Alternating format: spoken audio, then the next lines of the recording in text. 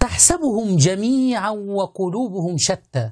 هل تعلم أن معمم الشيعة يلعنون وجوه بعضهم لبعض، ويلعنون لحى بعضهم لبعض، ويلعنون عمامة بعضهم لبعض، وبعد ذلك ينادون بين السنة والشيعة وأن السنة هم أنفسهم كما يزعمون ذلك، وهم يلعنون لحى بعض وعمامة بعض ووجوه بعض، كما سنرى الآن حسن لياري يلعن كمال الحيدري.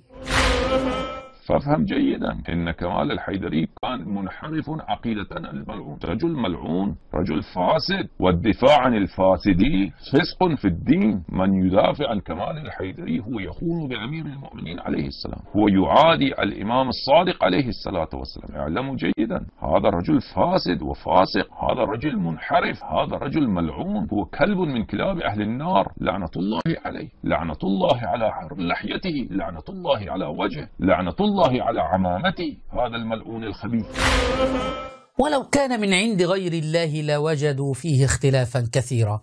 الديانة الشيعية الاثني عشرية هذه تنقسم إلى إخبارية، والإخبارية تنقسم من الداخل لمدارس، وأصولية وهي المسيطرة الآن، والأصولية منها مدرسة ولاية الفقيه في إيران، ومنها المدرسة الشيرازية والاثنين يكفرون بعض، ومنها المدرسة التفكيكية التي منها السيستاني، ومنها مدرسة السرخي، ومنها المدرسة الصدرية، وبعد ذلك خرج الدجال أحمد بن حسن اليماني الذي يسمونه بابن قاط، ويكفرون بعض ويلعنون بعض.